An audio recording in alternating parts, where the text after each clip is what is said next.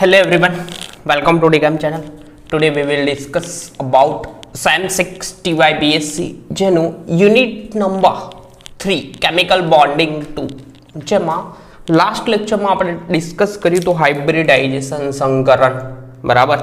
જેમાં sp સંકરણ માટે સંકરણ એટલે શું અને એનો બોન્ડ એંગલ સાબિત કર્યો તો હવે આગળ જોવામાં આવે તો આજે સાબિત કરવાનું છે સંકરણ એટલે શું અને sp2 સંકરણ એટલે શું અને એના માટેનો બોન્ડ એંગલ સાબિત કરવાનો છે તો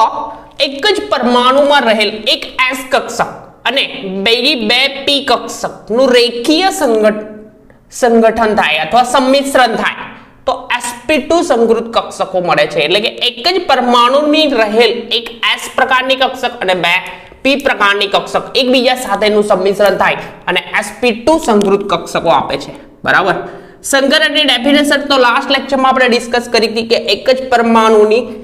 જુદી જુદી કક્ષકો ભેગી થાય અને જુદી જુદી પ્રકારનું હાઇબ્રિડાઇઝેશન થાય એક s અને p ભેગી થાય તો sp પ્રકારનું હાઇબ્રિડાઇઝેશન થાય સંકરણ થાય બરાબર તો એક જ પરમાણુનું જુદી જુદી કક્ષકોની રેખીય સંગઠન થતા મળતી કક્ષકને સંકૃત કક્ષક અને આ જે પ્રોસેસ છે તેને સંકરણ કહેવામાં આવે છે બરાબર તો સંકરણની ડેફિનેશન તમે ડિસ્કસ કરતો નથી એક જ પરમાણુની એક s કક્ષક અને બે p કક્ષક નું રેખિક સંગઠન ના લખવું હોય તો સંમિશ્રણ લખે તો બી કોઈ પ્રશ્ન નહીં શું લખાય સંમિશ્રણ બરાબર તો રેખિક વેટ માર્કર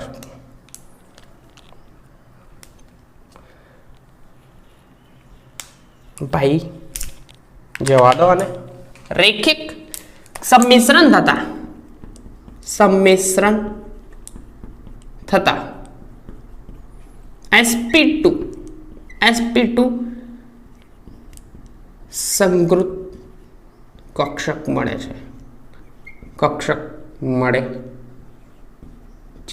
સપોઝ એક s પ્રકારની ગોલીય કક્ષક એટલે કે આ રીતની એક s પ્રકારની કક્ષક હોય ગોલીય બરાબર એક s કક્ષક હોય એક p પ્રકારની હોય તો સપોઝ એક લો px એન્ડ py પ્રકારની એક x દિશામાં લો એન્ડ એક y દિશામાં તો એક લો px કક્ષક એન્ડ py આ ત્રણ ભેગી થાય અને હાઇબ્રિડાઇઝેશન થાય રેખીય સંગઠન થાય તો આ લોકોનું સંમિશ્રણ કંઈક આ રીતનું થશે બરાબર છે તો આ જે હાઇબ્રિડાઇઝેશન થશે તેને કહેવાશે sp2 એક s પ્રકારની કક્ષક એન્ડ બીજી p પ્રકારની અને આ રીતે ના દર્શાવવું હોય તો વચ્ચે કરો રાઉન્ડ બરાબર ગોળી આકાર ધરાવતું આપણું રાઉન્ડ s કક્ષક તો આ ભાઈઓ ભેગા થાય અને sp2 સંકૃત કક્ષકો આપે છે હવે એના પછીની વાત કરીએ આગળ તો કે આમાં s અને p કક્ષકો જે દેખાય છે જેમાં s કેરેક્ટર આ s ટોટલ કક્ષકો કેટલી છે 3 છે જેમાં s કક્ષક એટલે કે 3 કક્ષકો ભેગી થાય તો s કક્ષકનો ભાગ એટલે કે s પ્રકારની કક્ષક કેટલી છે એક જ છે તો s કક્ષકનો ભાગ હશે 1/3 જેટલો એન્ડ p કેરેક્ટર હશે આ બેનું 2/3 જેટલું કેમ કે બે p કક્ષકો ભેગી થાય અને ટોટલ કક્ષકો કેટલી 3 એટલે કે ડિવાઇડ બાય 3 કરી અહીંયા s છે એટલે કે 1/3 અને p કેરેક્ટર કેટલું થશે 2/3 જેટલું હવે આ કક્ષકોનું લિનિયર કોમ્બિનેશન એટલે કે રેખીય જોડાણ થાય બરાબર એટલે કે કઈ કક્ષકો જો એક s કક્ષક અને બે p પી કક્ષક એટલે કે એક px અને py px s કક્ષક એ px અને py સાથે રેખીય જોડાણ થાય રેખિક જોડાણ રેખિક જોડાણ થાય આ ભાઈઓનું રેખિક જોડાણ એટલે કે લિનિયર કોમ્બિનેશન થાય રેખિક જોડાણ થાય ત્યારે ત્રણ સંકૃત કક્ષક એટલે કે એક s પ્રકારની અને બે p પ્રકારની sp2 કક્ષક મળે છે જેનું લિનિયર કોમ્બિનેશન થાય તો તે વખતેનું તરંગ વિધેય દર્શાવવું હોય મળે છે જેનું તેનું વેવ ફંક્શન અથવા તરંગ વિધેય જેનું તરંગ વિધેય psi बराबर a s character and b एक px प्रकारनी है एंड c p y आ रीते दर्शावाय इक्वेशन नंबर 1 હવે px અને py આ બે કક્ષકો જે છે તે ફક્ત xy પ્લેનમાં જશે એટલે કે xy દિશામાં જશે તો તેથી આમાં બે બોન્ડ છે એક p કક્ષકનો બોન્ડ એન્ડ એટલે કે એક px નો બોન્ડ એને નંબર 1 આપીશ અને py ને નંબર 2 આપું તો એ રીતે કરી શકાય તો એના ઇક્વેશન જો અહીંયા જો xy સમતલમાં એટલે કે px અને py ની આ બે કક્ષકો છે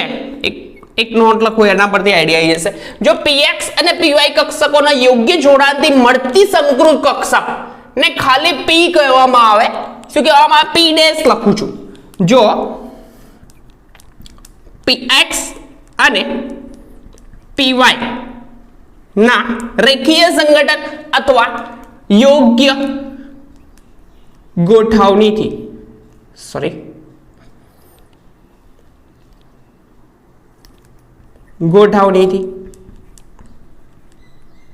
મળતી સંકૃત કક્ષક ને p ડેશ એટલે કે ખાલી આ બેનું રેખીય જોડાણ px અને py કેમ કે આ બે જોડાશે તો ખાલી એક જ પ્લેનમાં જોડાશે xy પ્લેન સપોઝ આ બોર્ડનું પ્લેન છે એવું ગણીએ તો xy પ્લેન તો આ બે ડમ્બેલ્સ આગળની કક્ષકો ગોઠવાઈ અને સંકૃત કક્ષકો બે p ભેગી થાય ખાલી તો તે વખતે જે સંકૃત કક્ષક આપે બરાબર તેને xy પ્લેનમાં દર્શાવવામાં આવે ખાલી xy પ્લેનમાં દર્શાવવામાં આવે ત્યારની વાત તો આ ભાઈઓને xy પ્લેનમાં દર્શાવવામાં આવે તેને p ડેશ વડે દર્શાવીએ p ડેશ કહીએ વર્ડિંગ એવું લખું છું કહીએ તો xy સમતલમાં બે જુદા જુદા બોન્ડ બનશે એક એટલે કે એક px નો બોન્ડિંગ બનાવશે એટલે કે એને p1 કહીએ અને p2 એટલે કે મેં વર્ડિંગ લખીશ એટલે આઈડિયા આવશે તમને જો xy સમતલમાં બંધની દિશા હોય તો પ્રથમ બંધ માટેનું તરંગ વિધેય જો xy સમતલમાં પ્રથમ બંધની દિશા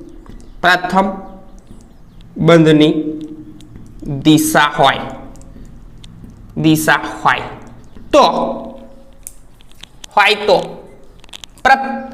પ્રથમ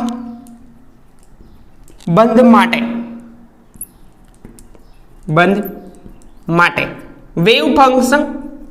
વેવ ફંક્શન જેને કહેવાશે ગુજરાતીમાં તરંગ વિધેય તેને psi1 કહીશું psi1 તો psi1 વડે દર્શાવવામાં આવે તો psi1 બરાબર a1 s character plus b1 p1 એક પ્રથમ દળની p1 ડેશ વડે દર્શાવાશે ડેશ ના દર્શાવું તો બી ચાલે p1 એકલું લખું તો બી p1 લખું છું તો પ્રથમ દળની દિશા psi1 એ S1 પ્લસ B1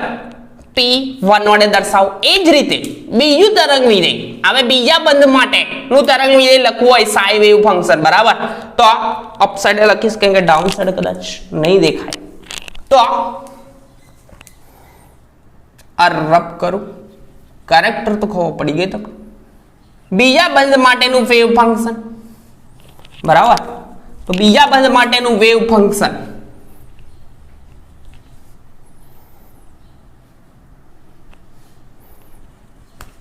થશે શું? psi2 બરાબર A2S and B2P1 દર્શાવી શકાય.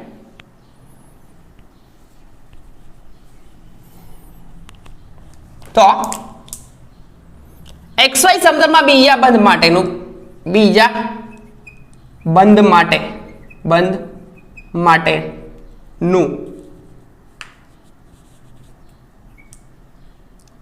વેવ ફંક્શન અથવા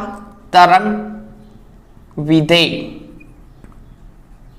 બરાબર, તો આ તરંગ વિધેયને આપણે psi2 વડે દર્શાવીશું. શેના વડે? psi2 વડે. તો psi2 ઇક્વલ ટુ, બરાબર, તો psi2 દર્શાવીએ આપણે. તો psi2 equal to A2S character plus B2 અને આ જે P કેરેક્ટર જ છે પણ બીજો બંધ છે એટલે કે P2 આપીશું. તો આ ઇક્વેશન ને અને ફર્સ્ટ સેકન્ડ અને આ ઇક્વેશન નંબર 3 આપીશું, બરાબર. તો આપણા જોડે બે એટલે કે જ્યારે પરમાણ્વીય કક્ષકોનું રેખીય સંગઠન થાય, એક S પ્રકારની અને બે P પ્રકારની, તો PX અને PY હોય ખાલી XY પ્લેનમાં હોય તો આ બંને XY પ્લેનનું સંકૃત કક્ષકોને એક કોમન નામ P' વડે દર્શાવી. તો P' ને અહીંયા બી ડેશ કર દો, P1 dash and P2 dash. શું વાંધો છે, બરાબર. તો આ રીતે દર્શાવાય. PX અને PY ને કોમન રીતે દર્શાવી છે, બરાબર. હવે આપણને બે વેવ ફંક્શન મળ્યા psi1 and psi2. હવે કરીશું શું? ડાયરેક્ટલી આપણે પુટ કરીશું વેલ્યુ, એટલે કે અચળાંક આ જે છે સહગુણાંક A1 A2 B1 B2 જે છે તે કઈ રીતના ફાઇન્ડ કરીશું? તો આ બે વેવ ફંક્શન આપણા જોડે psi2 આવી ગયું એન્ડ psi1 લખી દો અહીંયા. psi1 ઇક્વલ ટુ A1S ને B1 P1 ડેશ, બંને ડેશ કર્યા. ઇક્વેશન નંબર આ 2 છે. તો મેં આ બધું રબ કરું. તો હવે વિચારવાનું એ છે કે એક S કક્ષક એન્ડ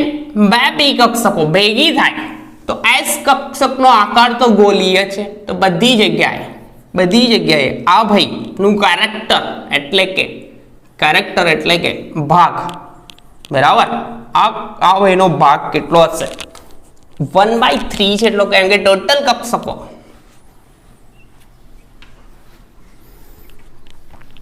મેં દોરીશ એટલે એક્ઝેક્ટ આઈડિયા આવશે.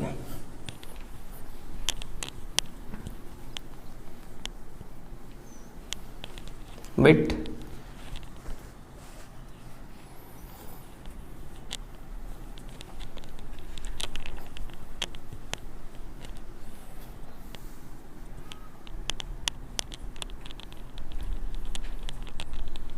અહીંયા એક S કક્ષક અને બે P કક્ષક ભેગી થાય અને બે P કક્ષકને આપણે કોમનલી દર્શાવી છે ડેશ વડે, બરાબર. બે P કક્ષકો X અને Y સમતલની જે છે તે.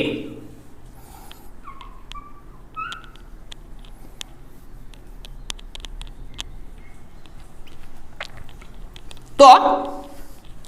અહીંયા મેં દોરું તો આઈડિયા આવી જશે, બરાબર છે. તો એક S કક્ષક, એક PX, मैं आप दौरू PX एंड बीजी जब PY, तो आम दौरू PY. आ त्रण भेगी थई ने अपन ने sp2 हाइब्रिडाइज कक्षक आपे छे, बराबर. sp2 तो sp2 हाइब्रिडाइज कक्षक आपे एमा S कैरेक्टर એટલે કે S ભાગ જે છે, બરાબર. વેટ, પરફેક્ટલી રબ કેમ નહીં થતું? તો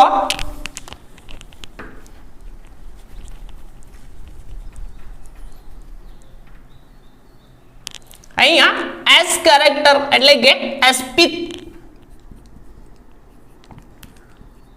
સંકૃત કક્ષકમાં એસ કેરેક્ટર અથવા એસ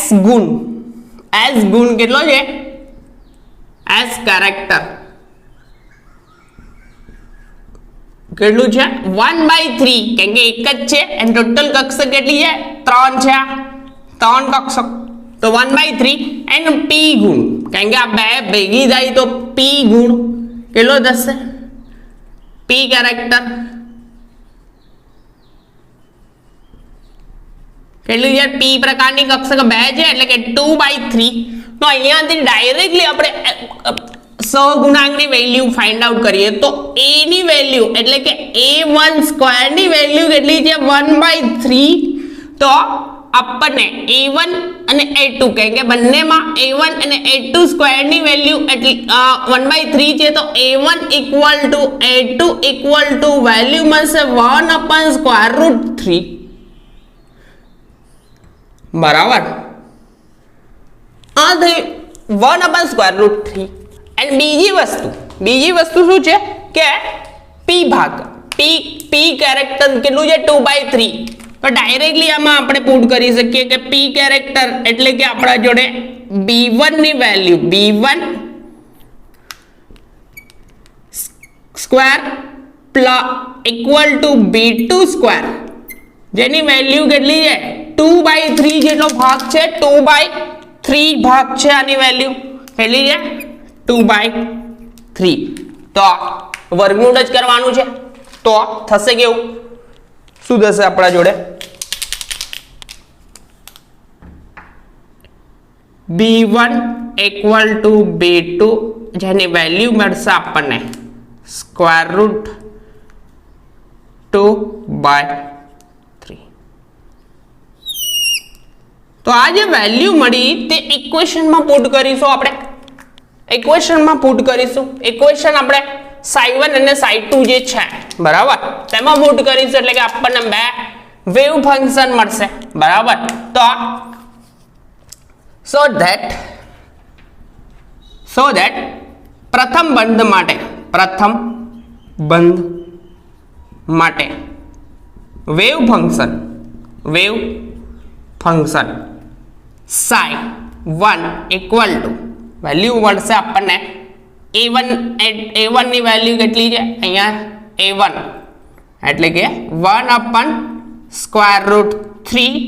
s કેરેક્ટર પ્લસ બીજું b1 √2/3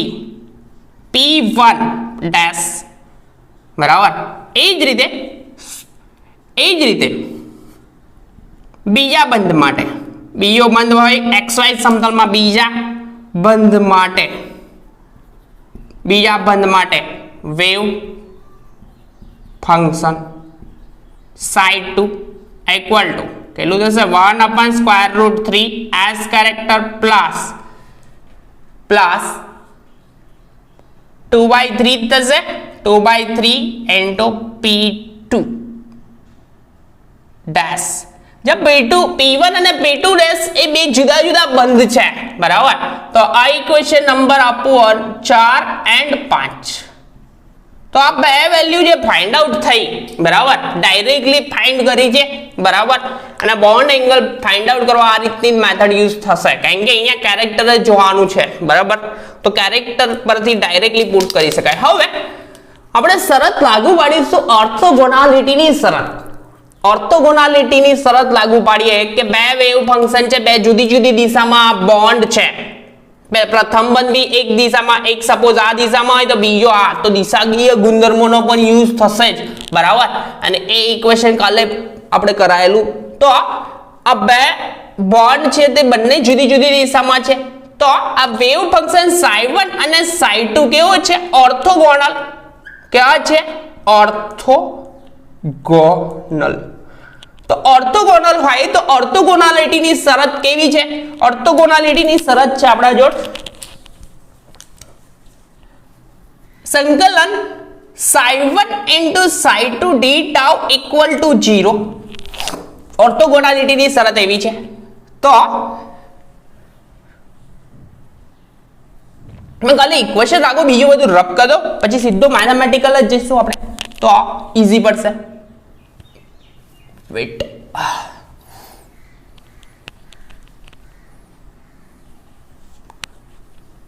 તો ઓર્થોગોનાલિટી ની શરત કઈ છે psi1 * psi2 d tau = 0 psi1 * psi2 d tau = 0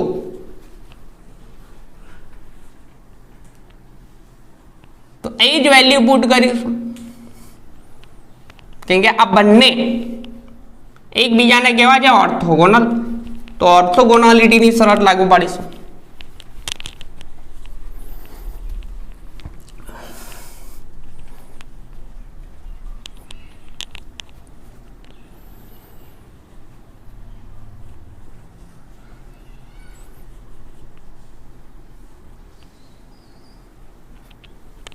wait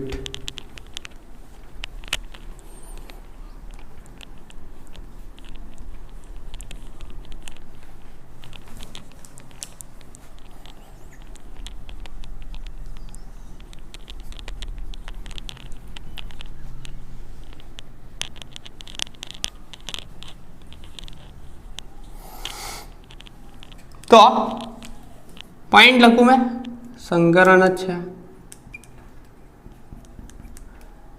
psi1 અને psi2 ઓર્થોગોનલ તરંગ વિધેય છે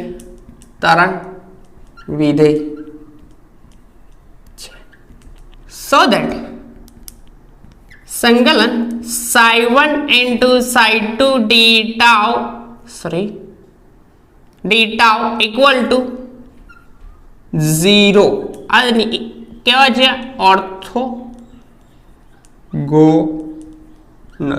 ઓર્થોગોનાલિટીની શરત છે બરાબર કે બે વેવ ફંક્શન એકબીજાને ઓર્થોગોનલ હોય તો એની વેલ્યુ ભાઈની કેટલી થાય 0 તો આ શરત એટલે કે આમાં psi1 અને psi2 ની વેલ્યુ પુટ કરીશું તો આ ભાઈને મેં બ્રેકેટમાં લખી શકું psi1 ની વેલ્યુ કેટલી છે 1/√3 s character plus 2/3 √2/3 p1 dash character into બીજું છે 1/√3 s character and 2/3 p2 dash character આમાં ઓબ્ઝર્વ કરવા જેવી બાબત એક જ છે કે અહીંયા s કેરેક્ટર સેમ છે s કક્ષક ગોળીય છે કે બધી જગ્યાએ સરખી હશે પણ અહીંયા p1 અને p2 એ બે જુદી જુદી બોર્ડની દિશામાં છે બંને બંધ કેવા છે જુદી જુદી દિશામાં છે તો જુદી જુદી દિશામાં હોય ભાઈઓ તો એ બંને જુદી જુદી દિશામાં છે એટલે કે ઇક્વેશન લાગશે કયું લાગશે તે જોઈશું વેટ તો જોઈએ આગળ તો આમાં વેલ્યુ મલ્ટીપ્લિકેશન કરવાનું છે 1/√3 * √3 એટલે કે so that 1/3 મલ્ટીપ્લાય થશે ઇન્ટુ s કેરેક્ટર બ્રેકેટમાં પ્લસ 1/√3 એન્ડ 2/√3 તો 1 એટલે કે 1 * √3 એટલે કે √2 થશે એન્ડ √3 એટલે કે 3 બરાબર એક s character and p character plus 2/√3 into 1/√3 છે એટલે કે થશે કેવું √2/3 મલ્ટીપ્લાય કરું આ બેને તો એન્ડ p1 અહીંયા p2 ડેશ થશે p1 ડેશ ઇન્ટુ s અને છેલ્લું છે 2/√3 ઇન્ટુ 2/√3 એટલે કે 2/3 p1 dash into p2 dash બરાબર એક્સવાય સમતલમાં છે p1 અને p2 હવે અહીંયા શરત છે s અને s એક જ પરમાણુ એટલે કે હૌકેલની પૂર્વધારણા અનુસાર એક જ પરમાણુના બે વિધેય હોય એટલે કે સપોઝ આનું વિધેય સાઈ 1 હોય અથવા સાઈ કહો સાઈ ઇન્ટુ સાઈ એટલે કે Sai square D tau equal to 1 આની વેલ્યુ થશે આ નોર્મલાઇઝ વેવ ફંક્શનની વેલ્યુ થશે કેટલી આ વેવ ફંક્શન કેવું છે નોર્મલાઇઝ ત્યાર પછી બીજી નોર્મલાઇઝ ની વેલ્યુ કેટલી થશે 1 એ સિવાય આ s અને p2 આ બે છે આનું અને સાઈ કહો અને આને કહો p2 છે તો સાઈ 2 બરાબર અને સાઈ x સાઈ s કહો s કક્ષકનું છે સાઈ s d ટાઉ તો બે જુદા જુદા છે બે જુદા જુદા હોય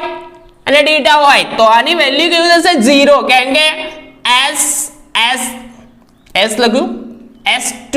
બે જુદી છે તેની વેલ્યુ કેવી થાય 0 થાય આ કઈ શરત ઓર્થોગોનાલિટી ની થશે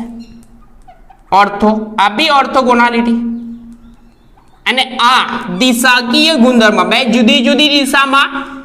બોન્ડ હોય તો એમાં લખીએ છે r cos θ હવે અચળાંકની વેલ્યુ ઓલરેડી આપણા જોડે છે 2/3 તો આપણે ખાલી θ લખીએ પરંતુ બે વિધેય જુદા જુદા છે એક 1 છે θ એટલે કે બે બોન્ડ વચ્ચેનો એંગલ p1 અને p2 એટલે કે જે બે બોન્ડ બન્યા હતા આ રીતના બરાબર તો આ બે બોન્ડ એટલે કે એક બોન્ડ 1p1 ડેશ નો બન્યો હોય ને એક p2 ડેશ નો હોય તો એ બોન્ડ એંગલ θ12 અને દર્શાવાય θ12 અને એ જ ફાઇન્ડ આઉટ કરવાનો છે તો અહીંયા ઇક્વેશનમાં વેલ્યુ પુટ કરીશ તો 1/3 નોર્મલાઇઝ વેવ ફંક્શન માટેની વેલ્યુ થશે 1 બરાબર પ્લસ 2/3 ઇન્ટુ ઓર્થોગોનાલિટી ની શરત એટલે કે 0 તો આ બી 0 પ્લસ આ બી 0 પ્લસ 2/3 અહીંયા p1 અને p2 વચ્ચેનો એંગલ કેટલો છે θ એટલે કે cos θ12 equal to 0 કેવું થશે cos θ12 equal to 0 હવે છે શું આપણે વેલ્યુ ફાઇન્ડ આઉટ કરવાની તો આગળ મેં પુટ કરતો જો તો થશે કેવું 2/3 cos θ સૂત્રનો કરતા બનાવું તો equal to -1/3 બરાબર તો ડાઉન સાઈડ કદાચ દેખાય નહીં તો મેં આ સાઈડે લઈ લો આવી જશે આટલામાં ઓકે નો પ્રોબ્લેમ તો સો ધેટ લાઈન कर दो 2/3 cos θ આવ્યું और अब करूं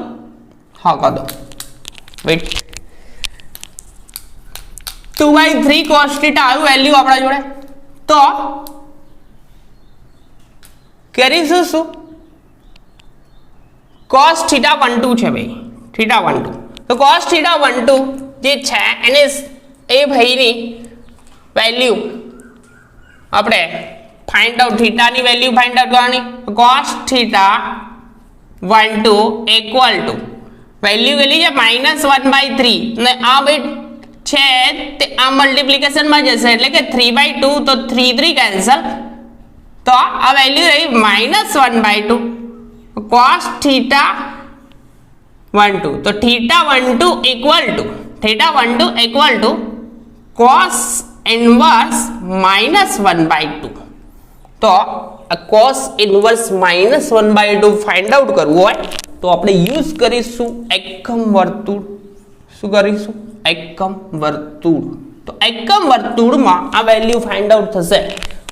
તો કાલે કીધું તું એ પ્રમાણે એકમ વર્તુળ જ્યારે દોરવામાં આવે બરાબર અહીંયા જે 3 ભાઈ રફ થઈ ગયો છે મારાથી તો એકમ વર્તુળ જ્યારે દોરવામાં આવે વેટ પરફેક્ટ રફ કરી લો એકમ વર્તુળ આ રીતનું 1 સેન્ટીમીટર ધરાવતું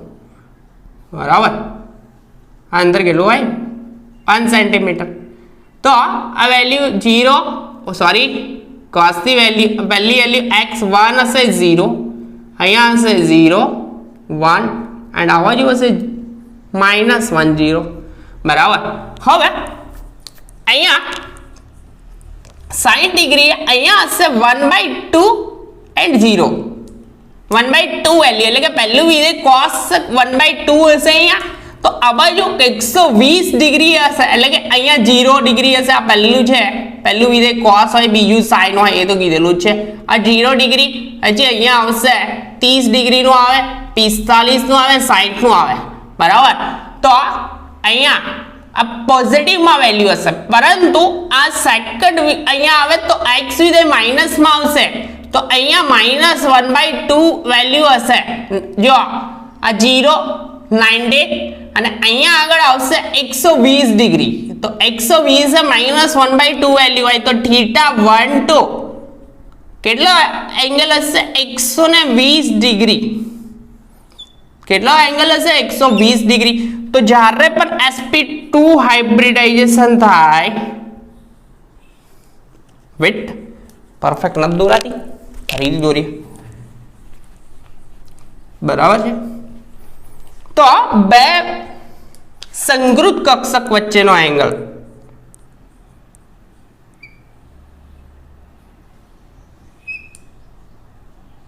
વચ્ચે તો આ એંગલ હશે θ12 કેટલો હશે 120 ડિગ્રી એટલે કે જ્યારે પણ sp2 હાઇબ્રિડાઇઝેશન આવે એટલે કે બોન્ડ એંગલ થશે 120 ડિગ્રી બરાબર તો શું કરવાનું નહીં સિમ્બલ જ છે ડાયરેક્ટલી વેલ્યુ જ પુટ કરી છે ડાયરેક્ટલી વેલ્યુ એટલે કે h કેરેક્ટર 1/3 લઈ લીધું છે અને p કેરેક્ટર 2/3 લીધું છે બરાબર 2/3 એટલે કે ડાયરેક્ટલી વેલ્યુ આ ઇક્વેશનમાં ઓર્થોગોનાલિટીની શરત લાગુ પડી અને cos θ -1/2 ડાયરેક્ટલી આવી ગયું અહીંયાથી બધી શરતો લાગુ પડી અને આવ્યું તો એંગલ બોન્ડ એંગલ આવશે 120 ડિગ્રી તો એકદમ સિમ્પલ ક્વેશ્ચન છે sp2 હાઇબ્રિડાઇઝેશન તો આપણે નેક્સ્ટ લેક્ચરમાં મળીશું sp3 હાઇબ્રિડાઇઝેશન સાથે ત્યાં સુધી કન્ટિન્યુમાં પ્રિપેર કરતા રહો બરાબર છે તો એ sp3 હાઇબ્રિડાઇઝેશન પતે એટલે કમ્પ્લીટલી આપણો ઓવર ચેપ્ટર થયું અને કોમેન્ટ બોક્સમાં કમેન્ટ કરીને કહેજો કે નેક્સ્ટ કઈ યુનિટ પુટ કરવા જેવું છે જેમાં મેક્સિમમ પ્રોબ્લેમ હોય તો બરાબર તો એ યુનિટ પુટ કરીશું અને આપણી ચેનલ પર ફર્સ્ટ ટાઈમ આવ્યા હોય તો રેડ બટન પર થપ્પો મારજો અને બેલ આઇકોન પર ક્લિક કરજો તો સીધી તમને નોટિફિકેશન મળશે ત્યાં સુધી કન્ટિન્યુમાં પ્રિપેર કરતા રહો